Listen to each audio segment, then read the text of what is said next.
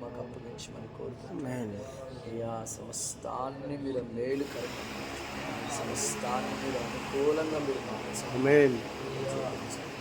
తీసుకొచ్చిన తండ్రి శాల్మరావు గారిని మీరు బలపరిచి వాడుకోని నుంచి నడిపించాలి. అలాగే తండ్రి నాయన పొండన్న గారిని మీరు బలపరచండి.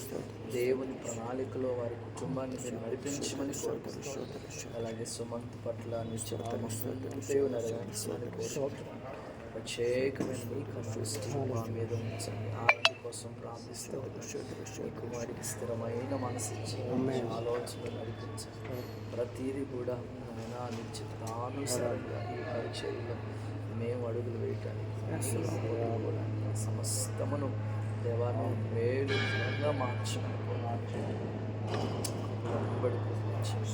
ఆలోచించి సమస్తాన్ని నువ్వు మేలుకరంగా మార్చి హృదయం ఉల్లసించినట్లుగా నాయన మా నీతి అనే నీ దక్షిణాస్తం కాదు దేవుని చిత్తానుసారంగా పరిచర్యలు జరుగునట్లు ఏ కృప మహిమగలిగిన మీ రాజ్య వ్యాప్తి కొరకు గొప్ప జనాంగాన్ని సిద్ధపరిచే ఈ సంవత్సరం అంతా అద్భుతమైన పరిచర్యలు మేము అనేక లక్ష్యంలోకి నడిపి బాప్తిస్మనేవారు అనేక ఆత్మలు సంపాదించాలి, సంఘాలు కట్టాలి.